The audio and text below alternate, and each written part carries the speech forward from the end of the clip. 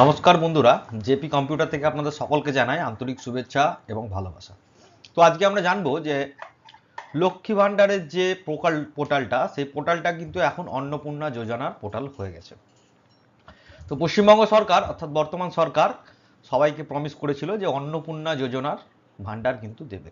তো আপনারা সকলেই জানেন যে অন্নপূর্ণা ভাণ্ডারের ফর্ম কিন্তু অলরেডি পাবলিশ হয়ে গেছে। তো এখানে আপনারা দেখতে পাচ্ছেন তিনটি ভাবে হয়েছে। এই যে ওয়েবসাইট, এই ওয়েবসাইটে আপনারা যাবেন, যাওয়ার পরে তিনটি ফর্ম আপনারা দেখতে পাবেন। প্রথমটা ইংরেজি, দ্বিতীয়টা বাংলা, তৃতীয়টা হিন্দি। তো আজকে আমরা যেহেতু পশ্চিমবঙ্গ থেকে ভিডিওটা করছি এবং পশ্চিমবঙ্গের জন্যই এই অন্নপূর্ণা যোজনা, তো সেহেতু আমরা বাংলা যে ফর্ম ফিল আপটা আপনারা কীভাবে ফর্ম ফিল আপ করবেন সমস্ত কিছু বিস্তারিতভাবে আমরা জানবো। ভিডিওটি অনেকটা বড় হতে পারে, তো আপনারা ধৈর্যভাবে ভিডিওটি দেখুন, কারণ এই ফর্মটা ফিল আপ যদি আপনি সঠিকভাবে করেন তাহলে কিন্তু আপনি অন্নপূর্ণা যোজনার যে ৩,০০০ টাকা সেটা আপনি পাবেন। তো টোটাল আজকে আমরা জানবো যে এই টোটাল যে ফর্মটা আপনারা কিভাবে ফিল আপ করবেন, সমস্ত কিছু খুঁটিনাটি তথ্য দিয়ে আজকে আমাদের এই ভিডিও। তো চলুন শুরু করা যাক। তো ফার্স্টে আপনারা গিয়ে এই ডাউনলোড বলে দেখতে পাচ্ছেন, এই অন্নপূর্ণা যোজনার ফর্মটি আপনারা ডাউনলোড করবেন। আমার যেহেতু ডাউনলোড করা আছে আমি এখানে আপনাদেরকে দেখাচ্ছি। ফর্মটা যখনই আপনারা ওপেন করবেন, মনে রাখবেন 13 পাতার কিন্তু একটা ফর্ম। 12 পাতার প্রথমে পাবলিশ হয়েছিল, ওই ফর্মটা ডিলিট হয়ে এখন 13 পাতার যে ফর্ম, সেই ফর্মটা কিন্তু আপলোড হয়েছে। সেটা আপনারা ডাউনলোড করবেন এবং সেটাই আপনারা ব্লকে জমা দেবেন। তো এই ফর্মটা আপনারা কিভাবে ফিল আপ করবেন সমস্ত কিছু তথ্য আজকে আপনাদেরকে বলবো। এখানে দেখতে পাচ্ছেন অন্নপূর্ণা যোজনা পারিবারিক তথ্য সংগ্রহের ফর্ম, যেখানে কিছু কিছু দিয়েছে। এখানে বিভাগ বা ক্ষেত্র, এখানে বিকল্প বা ইনপুট, এখানে নির্দেশনা। তো প্রথমে আমাদেরকে এখানে লিখতে হবে যে পরিবারের প্রধানের নাম কি, অর্থাৎ আপনার বাড়িতে প্রধানের নাম আপনার বাবা হতে পারে বা আপনার স্বামী হতে পারে, সেক্ষেত্রে তার নাম কিন্তু এই যে জায়গাটা রয়েছে এখানে আপনারা কিন্তু লিখবেন। লেখার পরে এখানে আধার কার্ড অনুযায়ী, প্রথমে মাথায় রাখবেন আধার কার্ড অনুযায়ী কিন্তু সমস্ত তথ্য আপনাদেরকে দিতে হবে, ঠিক আছে। তারপর হচ্ছে জন্ম তারিখ, তো জন্ম তারিখ আপনারা এই নিচে লিখবেন। তারপরে পরিবারের প্রধানের লিঙ্গ, মানে পরিবারের প্রধান কি, পুরুষ মহিলা বা অন্যান্য, যদি পুরুষ হয় সেক্ষেত্রে পুরুষে আপনারা রাইট দেবেন। তারপরে রয়েছে এখানে যে পরিবারের প্রধানের আধার নাম্বার, তো পরিবারের প্রধানের আধার নাম্বারটা আপনারা এই জায়গাটায় লিখবেন। তারপরে ডিজিটাল রেশন কার্ডের পারিবারিক আইডি যদি থাকে, অর্থাৎ ডিজিটাল রেশন কার্ড যদি থাকে সেক্ষেত্রে রেশন কার্ডের নাম্বারটা এখানে লিখবেন। তার রেশন কার্ডের আগে দেখবেন আপনাদের PHH RKSY যেটা থাকে সেটা লিখবেন, তারপর নাম্বারটা আপনারা এখানে লিখবেন। তো এটা করার পরে চলে যাবে নিচে, তো পরিবারের সদস্য সংখ্যা কত সেটা ফার্স্টে লিখবেন। পরিবারের সদস্য সংখ্যা কত, পরিবারের সদস্য সংখ্যা কত সেটা আপনারা এখানে লিখবেন। লেখার পরে এখানে কিন্তু আপনাদেরকে ঠিকানা চাইবে, তো আপনারা যেখানে বাড়ি অর্থাৎ ভিলেজ কি পোস্ট কি সেই সমস্ত কিছু তথ্য এখানে আপনারা লিখবেন। তারপরে এখানে যোগাযোগ নাম্বারটা লিখবেন, ঠিক আছে। স্থানীয় ঠিকানাটা লিখবেন, শুধু সংখ্যামালা লিখতে হবে। নিচে চলে আসবেন, একটু স্ক্রল করে একটু নিচে এলেই আপনারা দেখতে পাবেন যে এখানে লিঙ্গ এবং জাতি সমস্ত কিছু তথ্য কিন্তু দেওয়া রয়েছে। তারপরে এখানে এখানে একটা জিনিস বলা হয়েছে, নাম, জন্ম তারিখ, লিঙ্গ ও পরিবারের সম্পর্ক এবং আধার নাম্বার। তো এখানে একটা জিনিস আপনারা মনে রাখবেন যে এই যে ফর্মটি আপনারা ফিল আপ করবেন, এখানে পরিবারের প্রধানের প্রথমে এখানে নাম লিখবেন। কি নাম, যদি আপনি বাংলায় পারেন তাহলে বাংলায় লিখবেন। লেখার পরে এখানে জন্ম তারিখ লিখবেন, আধার কার্ডে যে জন্ম তারিখ আছে। লিঙ্গটি লিখবেন, পুরুষ বা মহিলা যাই থাকুক। সম্পর্কটি এখানে লিখবেন, যদি আপনার বাবা থাকে তাহলে বাবা, বা স্বামী থাকলে স্বামী। আর এখানে লিখবেন আপনাদের আধার নাম্বার। তো অন্নপূর্ণা যোজনা করা হচ্ছে, এখানে হ্যাঁতে আপনারা ক্লিক করবেন। এখানে একটা জিনিস বলা হয়েছে, যদি আপনার বাচ্চা 5 বছরের কম থাকে তাহলে আধার কার্ডে না চিহ্ন আপনি করতে পারেন। যদি আপনার আধার কার্ড থাকে তাহলে হ্যাঁ, না হলে না, ঠিক আছে। তারপর একটু নিচে স্ক্রল করবেন, স্ক্রল করে এসে আপনারা দেখতে পাবেন, একটু স্ক্রল করে এখানে পরিবারের প্রথম সদস্য, দ্বিতীয় সদস্য, তৃতীয়, চতুর্থ, এভাবে আপনারা 5টা সদস্যের নাম কিন্তু এখানে লিখবেন। যাদের যাদের আধার কার্ড আছে তাদের এখানে ইয়েস করবেন, যাদের নাই সেক্ষেত্রে কিছু করার প্রয়োজন নাই। এরপরে হচ্ছে পরিবারের প্রধান এবং পরিবারের সকল প্রাপ্তবয়স্ক সদস্যদের ব্যাংক অ্যাকাউন্ট নাম্বার নগদ অর্থ স্থানান্তর করার জন্য। অর্থাৎ পরিবারে আপনার যে প্রধান এবং পরিবারের সকল সদস্য যারা রয়েছে, অর্থাৎ আপনার ছেলে মেয়ে বা আপনি, তো আপনারা প্রথমে এখানে পরিবারের HOI অর্থাৎ হেড অফ যে ফ্যামিলি, ঠিক আছে, তার অ্যাকাউন্ট নাম্বারটি এখানে লিখবেন। তার অ্যাকাউন্ট নাম্বারটি এখানে লিখবেন, ঠিক আছে, বা ব্যাংকের নামটি লিখবেন। ব্যাংকে লেখার পরে তার অ্যাকাউন্ট নাম্বারটি এখানে লিখবেন এবং IFSC নাম্বারটি লিখবেন। দ্বিতীয় সদস্য অর্থাৎ যে আপনার মায়ের হয়তো হলো, সেক্ষেত্রে আপনার মায়ের এখানে প্রতিটা সদস্যর কিন্তু ব্যাংক অ্যাকাউন্ট নাম্বার দেবেন। যাদের নাই তারাও কিন্তু ব্যাংক অ্যাকাউন্ট যাদের নাই তাদের দেওয়ার প্রয়োজন নাই, কিন্তু বেশিরভাগ ক্ষেত্রে এখন ব্যাংক অ্যাকাউন্ট নাম্বার সকলেরই আছে, সেহেতু আপনারা এখানে দেবেন। তো এখানে দেখতে পাচ্ছেন যে লেখা আছে ডিবিটি, ডিবিটির মাধ্যমে করা আছে, যদি থাকে তাহলে এখানে কিচ্ছু করতে হবে না, জাস্ট এটা বলা হয়েছে ডিবিটির যদি করা থাকে হ্যাঁ হ্যাঁ হ্যাঁ লিখে দেবেন। লেখার পরে এই নিচে কিন্তু আরেকটা 11 নম্বরে দেখতে পাচ্ছেন এপিক নাম্বার। এপিক নাম্বার মানে হচ্ছে ভোটের কার্ডের নাম্বার। তো আপনারা প্রথম HOI এর যে আপনার হেড অফ দ্য ফ্যামিলি মানে আপনার বাড়ির যে প্রধান, তার এখানটুকুনে আপনারা আধার কার্ডের এপিক নাম্বার মানে আপনার ভোটার কার্ডের যে নাম্বারটি রয়েছে সেই নাম্বারটি আপনি দেবেন। এবং এখানে বিধানসভা ক্ষেত্র এবং অংশ, তো বিধানসভা ক্ষেত্র আপনাদের হয়তো 294 হলো, আর অংশ কত পড়ছে সেটা আপনারা আপনাদের যে ভোটের লিস্টের তালিকা আছে সেখান থেকে আপনারা পেয়ে যাবেন। তো এইভাবে কিন্তু এখানে সকল সদস্যের টোটালটাই দিবেন, যেভাবে HOI এর যে তথ্য দিবেন সেখানে এখানে আপনাদের যে সমস্ত সদস্য অর্থাৎ 5টা সদস্যর কিন্তু এখানে নাম্বারটা আপনারা অবশ্যই দেবেন, নাহলে কিন্তু আপনাদের এই ফর্ম রিজেক্ট হয়ে যাওয়ার সম্ভাবনা রয়েছে। তো তারপরে আপনারা নিচে চলে আসবেন, একটু নিচে আসার পরে এখানে দেখতেই পাচ্ছেন যে এখানে অসংখ্যিত মানে আপনার কি, যদি আপনি SC থাকেন তাহলে শিডিউল কাস্টের দিবেন, যদি ST থাকেন তাহলে STতে দিবেন, ঠিক আছে। যদি আপনি EWS শ্রেণীভুক্ত হন তাহলে EWS দিবেন, যদি আপনি জেনারেল হন তাহলে UATS দিবেন। যে যেটা আপনার আছে সেখানে আপনি কিন্তু এখানে টিক মার্কটি দেবেন। ধরে নেন আমার যেমন এখানে রয়েছে, তাহলে আমি এখানে টিক মার্কটি দিলাম। আপনারা হয়তো অনেকে আছেন যারা ST, সেক্ষেত্রে আপনি ST এভাবে টিকমার্ক দিবেন। যারা SC রয়েছেন তফসিল জাতি, তারাও এখানে এভাবে টিকমার্ক দিবেন। তো এখানে যদি আপনাদের এই সমস্ত কিছু থাকে, URL ক্ষেত্রে কোনো রকম সার্টিফিকেটের প্রয়োজন নাই। যদি আপনার এর পরে যদি এই কটার মধ্যে আপনাদের থাকে, তাহলে একটা জিনিস এখানে মনে রাখবেন, আপনাদের কিন্তু সংশয়পত্র জমা করতে হবে। যদি আপনি অসংগঠিত হন বা জেনারেল কাস্ট হন তাহলে আপনাকে কোনো ডকুমেন্ট জমা করতে হবে না। যদি আপনি অন্য কোনো কাস্টের হন সেক্ষেত্রে কিন্তু আপনাকে এখানে আপনাদের সার্টিফিকেট, সেই সার্টিফিকেটটা কিন্তু আপনাদেরকে জেরক্স করে জমা দিতে হবে। তারপরে রয়েছে এখানে রেশন কার্ড, রেশন কার্ড বা খাদ্য ভর্তুকি। রেশন কার্ডের পুরো ডিটেলসটা আপনাকে এখানে দিতে হবে। আপনার কি ডিজিটাল রেশন কার্ড আছে? যদি থাকে তাহলে সেক্ষেত্রে হ্যাঁ করবেন, যদি না থাকে তাহলে না। আশা করি সকলেরই আছে, সেহেতু আপনারা হ্যাঁই করবেন, না কিন্তু করবেন না। তারপরে একটু নিচে স্ক্রল করবেন, স্ক্রল করে এসে এখানে আপনার যে রেশন কার্ড সেটি কি ক্যাটাগরির মধ্যে পড়ছে, যে ক্যাটাগরির মধ্যে পড়ছে সেখানে আপনারা এটা রাইট মার্ক দেবেন। পরিবারের রেশন দোকান থেকে মার্কশিট রেশন তুলছেন কিনা, অর্থাৎ পরিবার আপনি কি রেশন কার্ডে গিয়ে রেশনের দোকানে গিয়ে রেশন কি তুলেন? যদি তুলে থাকেন তাহলে হ্যাঁতে করবেন, যদি না হয় তাহলে নাতে করবেন। তারপর হচ্ছে গয় হচ্ছে আপনার সম্পদ, অর্থাৎ আপনার সম্পত্তি কি আছে এই বিস্তারিত আপনাকে কিন্তু বলতে হবে। এখানে বলা হচ্ছে বাড়ির ধরন, আপনার বাড়িতে কি 3 বা তার বেশি পাকা ঘর রয়েছে? পাকা ঘর মানে হচ্ছে 3 থেকে বা তার বেশি থেকে আপনার পাকা রুম যদি থাকে সেক্ষেত্রে আপনি হ্যাঁতে করবেন, যদি না থাকে তাহলে নাতে করবেন। পারিবারিক জমির মালিকানা, অর্থাৎ আপনি কি কোনো পারিবারিক জমির মালিকানা যদি হয়ে থাকেন সেক্ষেত্রে হ্যাঁ লিখবেন, যদি না থাকে না লিখবেন। তো আরেকটা জিনিস মনে রাখি, যদি আপনি হ্যাঁ লেখেন তাহলে আপনাকে কিন্তু এখানে ROR বা হালফনামা বা পর্চা বা municipality copy, mutation copy, registration নথি, কিছু একটা জমির রেকর্ড কপি কিন্তু আপনাকে এখানে দিতে হবে, ঠিক আছে, তারিখ সহ হ্যাঁ দিতে হবে। তো তারপরে হচ্ছে বিভাগ ও ক্ষেত্র, এখানে দেখতেই পাচ্ছেন পরিবারের সকল সদস্য মোট জমির শতক, অর্থাৎ কত শতক আপনাদের জমি রয়েছে সেটাও কিন্তু আপনারা এখানে লিখতে হবে। যদি না থাকে তাহলে লেখার কোনো প্রয়োজন নাই। রেজিস্ট্রি নথি অবশ্যই কিন্তু এখানে লাগবে। যানবাহন 4 নম্বরে দেখতে পাচ্ছেন, যানবাহন মানে আপনি কি 4 চাকা, এখানে কিন্তু 2 চাকা বলিনি, অর্থাৎ বাণিজ্যিক মোটর চালিত 4 চাকা আছে কিনা সেটা আপনাকে জানতে চেয়েছে।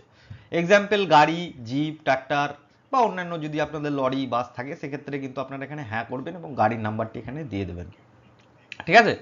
আর যদি না থাকে সেক্ষেত্রে এখানে দেওয়ার দরকার নেই। এখানে দেখুন একটা দাগ দেওয়া আছে, যদি আপনার গাড়ি থাকে হয়তো কারোর হয়তো পার্সোনাল কার আছে সেটা আপনি দিলেন, কারোর কমার্শিয়াল কার আছে সেটা কমার্শিয়াল দিলেন, কারোর ট্র্যাক্টর আছে সেক্ষেত্রে ট্র্যাক্টর দিলেন, কারোর লরি আছে সেক্ষেত্রে এখানে লরি দিলেন। তো যার যেটা রয়েছে সে সেখানে এখানে কিন্তু অবশ্যই নামটি দেবেন, আর যাদের নাই তাদের কিছু দেওয়ার প্রয়োজন নেই। এরপরে পারিবারিক ভিত্তিক সদস্যদের স্বাস্থ্য বীমা, মানে হচ্ছে এখানে আপনার ফ্যামিলির কি LIC আছে কারোর করা, যদি থাকে সেক্ষেত্রে আপনি এখানে ইয়েস করবেন, ঠিক আছে, এবং অ্যাসুরিয়েন্সটা লিখবেন বিমার পরিমাণ, অর্থাৎ LIC ধরেন না আপনি 2 লাখ টাকার একটা LIC করেছেন সেক্ষেত্রে এখানে আপনি 2 লাখ টাকার একটা লিখলেন, বা আপনি কোনো ইন্স্যুরেন্স করে রেখেছেন, ঠিক আছে, সেক্ষেত্রেও আপনি কিন্তু এখানে লিখবেন। যদি না থাকে তাহলে নায় ক্লিক করবেন, যদি হ্যাঁ থাকে তাহলে সরকারি হোক বা বেসরকারি এখানে কিন্তু লিখবেন। এলআইসির ক্ষেত্রে কিন্তু আপনারা সরকারি লিখবেন না, বেসরকারি লিখবেন, কারণ এলআইসি বেসরকারি আন্ডারটেকিং একটি সংস্থা, সেহেতু আপনারা বেসরকারি কিন্তু এখানে লিখবেন। তো এইভাবে প্রতিটা সদস্য লিখবেন, যাদের রয়েছে তাদেরই লিখবেন, তাছাড়া আদার্স কিন্তু লিখবেন না। তারপরে লেখা আছে এখানে কোনো আয় মানে পেশা, আপনি কি ট্যাক্স প্রদান করেন? যদি আপনি ট্যাক্স প্রদান করেন তাহলে এখানে ইয়েস লিখবেন, যদি আপনি ট্যাক্স প্রদান না করেন তাহলে এখানে না লিখবেন। এখানে লেখা আছে হ্যাঁ যদি হয় তবে তাহলে তার প্যান নাম্বার উল্লেখ করতে বলছে। যদি আপনি ট্যাক্স পেয়ার করেন তাহলে কিন্তু এখানে প্যান নাম্বার দেবেন, যদি না পে করেন তাহলে কিন্তু দেওয়ার দরকার নেই। প্যান কার্ড আছে মানে দিতে হবে এরকম কোনো বাধ্যতামূলক নেই। যদি আপনি ট্যাক্স পে করেন তাহলে কিন্তু আপনাকে এখানে প্যান নাম্বার দিতে হবে, আর যদি না পেমেন্ট করেন তাহলে কিন্তু দেওয়ার প্রয়োজন নেই। আর একবার বলে দিলাম, প্রতিটার প্যান নাম্বার কিন্তু এখানে দিয়ে দেবেন। তারপরে কর্মসংস্থানের ধরন, অর্থাৎ বাড়ির প্রধান কি কাজ করে, সরকারি ক্ষেত্রে কাজ করে, বেসরকারি ক্ষেত্রে বেতনভুক্ত কর্মচারী, সংগঠিত ক্ষেত্রের স্বনির্ভরযুক্ত বা মালিক ইত্যাদি, আংশিক সময়ে কর্মরত পার্ট টাইম কোনো কাজ করে, বা পরিযায়ী শ্রমিক বা বেকার। আপনারা অনেকেই আছেন বেকার বা পরিযায়ী শ্রমিক, তারা সেগুলো আপনারা দেবেন। সেক্ষেত্রে যদি সরকারি কেউ চাকরিজীবী থাকে সেক্ষেত্রেও দিতে পারেন, বা প্রাইভেট সংস্থার চাকরি হলে সেখানে আপনারা প্রাইভেট সংস্থাটা দেবেন। এখানে একটা মনে রাখবেন, সবচেয়ে উপযুক্ত ঘরটি চিহ্নিত দিন, যদি থাকে প্রয়োজনীয় নথি তাহলে জমা দিন। মানে আপনি যদি সরকারি ক্ষেত্রে চাকরি করেন তাহলে আপনাকে অবশ্যই সরকারি যে চাকরি ঘর যে আপনার জয়নিং লেটার সেটা কিন্তু দিতে হবে। বেসরকারিও হলেও কিন্তু আপনাকে জয়নিং লেটার দিতে হবে, পার্ট টাইম হলেও জয়নিং লেটার দিতে হবে। যদি বেকার বা পরিযায়ী শ্রমিক হয় সেক্ষেত্রে কিন্তু লাগবে না, বা স্বনির্ভরযুক্ত যেমন কৃষি হয়তো কেউ কারিগরি শিল্প করে সেক্ষেত্রে কিন্তু প্রয়োজন নেই, বা এর থেকে যদি অন্য কিছু থাকে তাহলে অন্যান্যতে আপনারা ক্লিক করবেন। এভাবে প্রতিটা বাড়ির সদস্যর নাম এবং তারা কি কি কাজ করে সেটা আপনারা লিখবেন। যদি কেউ কিছু কাজ না করে তাহলে অবশ্যই আপনারা সেখানে বেকার লিখবেন। ঠিক আছে, 5টা এইভাবে আপনারা দেবেন। তারপর নিচে চলে আসবেন, এখানে লেখা হচ্ছে পরিবারের শিক্ষিত প্রাপ্তবয়স্কর সদস্যদের সংখ্যা এবং পরিবারের অশিক্ষিত প্রাপ্তবয়স্ক সদস্যর সংখ্যা। প্রাপ্তবয়স্ক প্রথমে মনে রাখবেন, অর্থাৎ যারা প্রাপ্তবয়স্ক তাদের শিক্ষিত সংখ্যা এখানে কত এবং অশিক্ষিত সংখ্যা কত সেটা আপনারা লিখবেন। পরিবারের এইভাবে প্রতিটা সদস্য যে আপনি লিখেছিলেন 1 2 3 করে 5টা সদস্য, সেখানে কিন্তু আপনারা এখানে দিবেন। যদি শিক্ষিত হয় তাহলে সর্বোচ্চ যোগ্যতা কত, মাধ্যমিক পাস হলে লিখবেন মাধ্যমিক পাস, উচ্চ মাধ্যমিক পাস হলে উচ্চ মাধ্যমিক পাস, কেউ যদি গ্র্যাজুয়েশন করে থাকে সেক্ষেত্রে গ্র্যাজুয়েশন, কেউ যদি পিএইচডি থাকে পিএইচডি বা আইটিআই ডিপ্লোমা যে যাই করে থাকবে এখানে কিন্তু লিখে দিবেন নিচে, অবশ্যই লিখবেন। তো এইভাবে কিন্তু আপনি 5টা সদস্যর দিয়ে দিবেন। তারপরে এখানে 5 রকমের বলা হয়েছে। এখানে আপনারা যদি কেউ মন্ত্রী বা পঞ্চায়েতের প্রধান বা মেম্বার হয়ে থাকেন সেক্ষেত্রে কিন্তু এখানে অবশ্যই ইয়েস করবেন, যদি না থাকেন তাহলে কিন্তু এখানে কিছু দেওয়ার দরকার নেই। কোনো সদস্য কি সরকারি পেনশনভোগী, অর্থাৎ আপনার বাড়িতে যে কেউ যদি সরকারি পেনশন পেয়ে থাকে সেক্ষেত্রে আপনি কিন্তু এখানে হ্যাঁ করবেন, এবং হ্যাঁ করার সাথে সাথে সদস্যর সংখ্যার নাম্বারটাও কিন্তু এখানে লিখবেন, যে ওপরে যে সদস্য সংখ্যা কত নম্বরে আছে 1 থেকে 5-এর মধ্যে সেই সদস্য সংখ্যাটা আপনি লিখবেন। যদি হ্যাঁ হয় সেক্ষেত্রে কিন্তু এখানে অবশ্যই পেনশন স্লিপ, অর্থাৎ আপনারা যে পেনশন স্লিপ পাবেন সেই স্লিপটা কিন্তু আপনাদেরকে এখানে লাগবে। তারপরে রয়েছে কোনো রকম সদস্য কি জিএসটি নাম্বারে অন্তর্ভুক্ত থাকে, যদি থাকে তাহলে ইয়েস করবেন, যদি না থাকে তাহলে না করবেন। জিএসটি মানে কেউ যদি কোনো ব্যবসা করে সেক্ষেত্রে ওর জিএসটির প্রয়োজন পড়ে, তো জিএসটি নাম্বার যদি আপনাদের কোনো সদস্য থাকে তাহলে সেক্ষেত্রে ইয়েস করবেন এবং জিএসটি নাম্বারটি এই পাশে কিন্তু লিখেও দেবেন। পরিবারের মোট আয়, অর্থাৎ পরিবারের যে সমস্ত 5 জন বা 6 জন যে সদস্য রয়েছে তাদের মোট আয় কিন্তু এখানে অবশ্যই লিখবেন। এছাড়াও আর একটা দেখতে পাচ্ছেন সিএএ আবেদন, অর্থাৎ সিএএ আবেদনে যদি কেউ থাকে, মানে আমাদের দেশে যদি কেউ নাগরিকত্ব নিয়ে থাকে সেক্ষেত্রে তারাও কিন্তু এখানে আবেদন করতে পারবেন এবং সমস্ত কিছু তথ্য কিন্তু এখানে দিতে পারবেন। ঠিক আছে, এটা সাধারণত অনেকটা কম আছে সেই জন্য আমি বললাম না। এরপরে কিষাণ ক্রেডিট কার্ড যদি কারোর থাকে, বা কি শিল্প ক্রেডিট কার্ড বা স্টুডেন্ট ক্রেডিট কার্ড, তাহলে কিন্তু এখানে আপনাদেরকে উল্লেখ করতে হবে। বুঝা গেল? আপনার ধরে নেন 5 নম্বর সদস্যদের স্টুডেন্ট ক্রেডিট কার্ড রয়েছে, তাহলে 5 নম্বর সদস্য যাবেন, এখানে কার্ড নাম্বার আইডি সংখ্যা লিখবেন এবং তারিখটি লিখে দেবেন। তারপরে 3 নম্বরে বলা হয়েছে যদি এসআইআর 2026-এর নাম বাদ পড়ে বা ট্রাইব্যুনালের বিচারাধীন কিনা সেটা যদি থাকে সেক্ষেত্রে আপনি এখানে ইয়েস করবেন এবং মামলার বিবরণ দিবেন। যদি প্রযোজ্য নয় সেহেতু এখানে দেবেন, যদি না থাকে তাহলে না লিখবেন। এসআইআর অনেকের নাম ডিলিট হয়ে গেছে বা আন্ডার অ্যাডজাস্টমেন্ট আছে, সেক্ষেত্রে আপনারা কিন্তু এখানটুকুনে হ্যাঁ করবেন এবং মামলার বিবরণটা এখানে দেবেন, যে কি বিষয়ে আপনার কি লেখা ছিল। যদি ডিলিট থাকে তাহলে পাশে ডিলিট লিখবেন, এবং যদি অ্যাডজাস্টমেন্ট থাকে তাহলে সেক্ষেত্রে আপনারা এইখানে অ্যাডজাস্টমেন্ট কিন্তু অবশ্যই লিখে দেবেন। প্রতিটা সদস্য 5টা সদস্য রয়েছে, 5টা। আপনারা একটা জিনিস মনে রাখবেন, ধরে নেন একটা সদস্যর মধ্যে যে প্রথমে যে 5জন সদস্যর নাম লিখবেন, পরপর কিন্তু সেই জায়গাগুলোই ফিল আপ করবেন। মানে নিচে হয়তো আপনার 4 নম্বরে লেখা আছে যে পরিবারের বিবরণ দাও, বিবরণে আপনারা যা লিখবেন নিচে কিন্তু তাই লিখবেন। বোঝা গেল? সামাজিক মর্যাদাও নির্ভরশীল, অর্থাৎ আপনার বাড়িতে যে শিশু রয়েছে সেই শিশু যদি কোনো লেখাপড়ার সাথে যুক্ত থাকে সেক্ষেত্রে কিন্তু আপনারা এখানে লিখতে পারেন শিশু সদস্য সংখ্যা কত, সেটা আপনারা এখানে লিখবেন। বিদ্যালয়ের নাম লিখবেন, ধরন লিখবেন, বিদ্যালয়টি সরকারি, সরকারি সাহায্যপ্রাপ্ত, স্পন্সর বিদ্যালয় যদি হয় সেক্ষেত্রে, মাদ্রাসা বা অন্যান্য যদি থাকে সেক্ষেত্রে কিন্তু আপনারা এখানে অবশ্যই লিখবেন। একটা জিনিস মনে রাখবেন, যে স্কুলে থাকুক কিনা বাচ্চা, সেই বাচ্চার কিন্তু যে ইউডাইস কোড এবং যে বাংলা শিক্ষার আইডি, সেই আইডির কিন্তু সার্টিফিকেট লাগবে, সেহেতু আপনারা এটা ঠিকভাবে ফিল আপ করবেন। তারপরে এখানে রয়েছে শিশুদের টিকাকরণ অবস্থা, অর্থাৎ শিশুরা যে টিকাকরণ হয় সেই টিকাকরণ কি হয়েছে না হয়নি, যদি হয়ে থাকে তাহলে ইয়েস করবেন, যদি না থাকে তাহলে করবেন না। ঠিক আছে? অনেকের বাড়িতে শিশু আছে টিকাকরণ হয়ে গেছে, সম্পূর্ণ হয়ে গেছে, সেক্ষেত্রে বা টিকা করা হয়নি তাহলে টিকা করার এখানে দিবেন। আশা করি সবারই টিকা করা হয়ে গেছে, সেহেতু সবাই হ্যাঁ করবেন। তারপরে এখানে রয়েছে আপনি কি কোনো সরকারি প্রকল্পের সুবিধা ডিবিডির মাধ্যমে পাচ্ছেন, মানে আপনি কোনো সরকারি সুবিধা যদি পেয়ে থাকেন ডিবিডির মাধ্যমে তাহলে কিন্তু এখানে ইয়েস করবেন, আর যদি না থাকেন তাহলে না। তো একটা জিনিস মনে রাখবেন, যদি ইয়েস করেন তাহলে এখানে আপনাকে প্রকল্পের নাম কিন্তু লিখতে হবে। ঠিক আছে? আপনি কি এই প্রকল্পটিকে নিজেকে প্রত্যাহার করতে চান, এখানে কিন্তু আপনাকে প্রকল্পের নাম, ধরে নেন কেউ হয়তো কিষাণ ক্রেডিট কার্ড আছে কারোর, ঠিক আছে, তাহলে এখানে আপনি লিখলেন, বা হয়তো আপনি কিছু একটা প্রকল্পে আছেন, সেই প্রকল্পের নাম এখানে লিখলেন, এবং যদি প্রত্যাহার করতে চান সেই প্রকল্পটি তাহলে হ্যাঁ কিন্তু রাইট দেবেন, আর যদি না করতে চান তাহলে এখানে কিন্তু কিছু রাইট দেওয়ার প্রয়োজন নেই। বুঝা গেল? সদস্য এখানে 2 নাম্বার, এইভাবে 5টা সদস্যর এখানে নাম আছে, 5টা সদস্য কি কি প্রকল্পের সাথে যুক্ত আছে সেগুলো কিন্তু আপনারা অবশ্যই লিখবেন। যদি কিছু না থাকে তাহলে কিছু লেখার প্রয়োজন নেই, না বলে জাস্ট রাইট মেরে দেবেন। বাদ দেওয়া হলো কারণ অফিস কর্তৃপক্ষ। তো এইখানে একটা জিনিস আপনারা সম্মত ক্লিক করবেন, ঠিক আছে, কারণ এটি অফিসের একটা এবার থাকবে। তো এইখানে আপনারা জাস্ট আপনাদের যে বাড়ির প্রধান রয়েছেন তার সই কিন্তু এখানে অবশ্যই করবেন, বাড়ির যে HOI অর্থাৎ বাড়ির যিনি প্রধান তার সই করবেন, যদি না থাকে তাহলে অবশ্যই টিপ সই এখানে দেবেন। ঠিক আছে? আর পাশে এখানে লিখে দেবেন যে এই সইটা কে করেছে। বুঝা গেল? তারপরে এখানে একটি অপশন রয়েছে, এখানে আপনি আপনার জাস্ট নাম, কন্যা বা পুত্র যা থাকুক তার নাম লিখবেন, মানে এখানে বাড়ির HOI এর নাম লিখবেন, কন্যা বা পুত্র যদি থাকে তার নাম লিখবেন, গ্রাম, শহর, পঞ্চায়েত, ব্লক, পৌরসভা, জেলা যার যেইটা রয়েছে সেটি লিখবেন।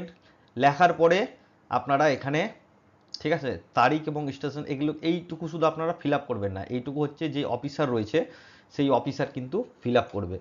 তো এই যে 13 পাতার ফর্ম, এই 13 পাতার ফর্ম ফিল আপ করতে একটু হয়তো সবারই সমস্যা হবে, যদি সমস্যা হয় সেক্ষেত্রে আপনি আমার কমেন্ট বক্সে এসে কমেন্ট করবেন, আমি আপনাদেরকে যথেষ্ট পরিমাণে হেল্প করব। এই ফর্মটি সঠিকভাবে ফিল আপ করে কিন্তু আপনারা যে আপনাদের ব্লক এবং যে সমস্ত ফিল আপ করছেন তার সমস্ত নথি জেরক্স করে সেলফ অ্যাটেস্টেড করে আপনারা ব্লকে জমা দেবেন।